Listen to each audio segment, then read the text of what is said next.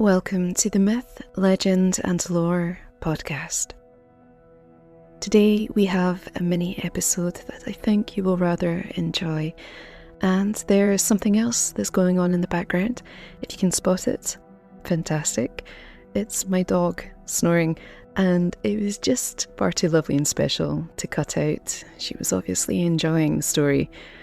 We will be back in a few weeks' time with an extended episode. It's an absolute cracker, and I think everybody will thoroughly enjoy it. No clues, absolutely no clues given away. But for now, remember to take care, and I hope you enjoy the story of Beothail.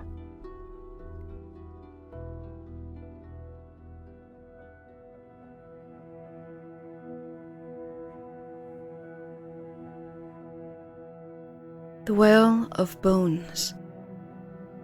Eventide on the shores of Lismore, the Great Garden, so named by those belonging to ancient times, where Beothail awaited her love and prayed for his safe return over the cresting waves of Aegir's plains. And still, there was no sign of an approaching vessel, even as dusk settled upon her slender shoulders. Sif's golden treasure tousled by the sighing breeze.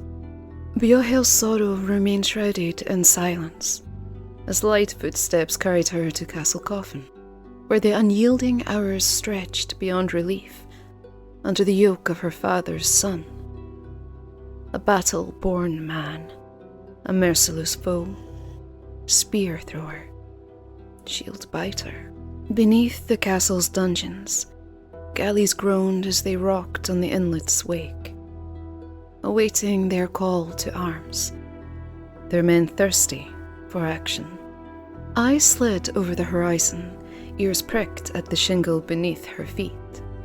They knew well the intrepid man she had given her heart to, the finest Lochlanach of them all, or so the island-born folk recall. Eventually, the dreadful truth washed ashore.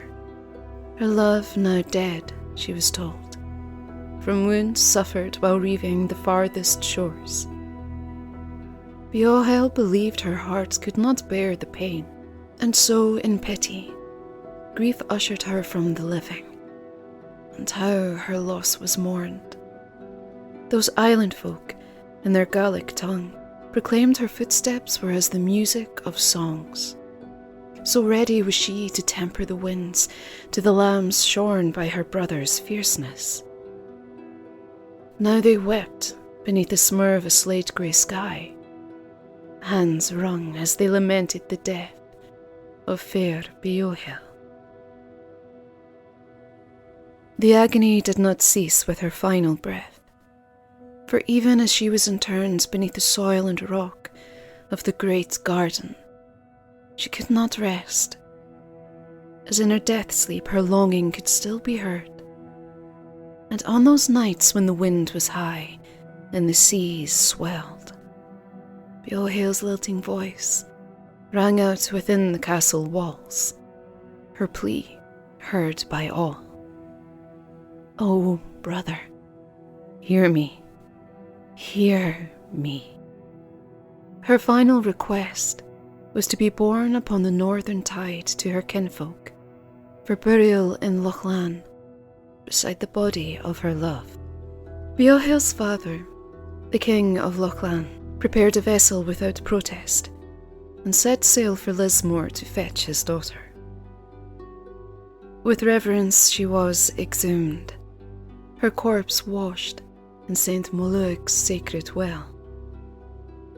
Upon her return to Lochlann, Beothail received the rites and ceremonies of her kin, and was once more laid to rest in the burial place of the kings and their kindred.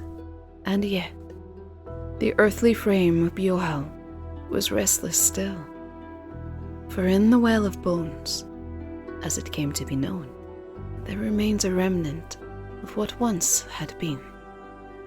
So distressed was the king at this revelation, he set upon the seas once more, and there the last of his daughter's remains were discovered.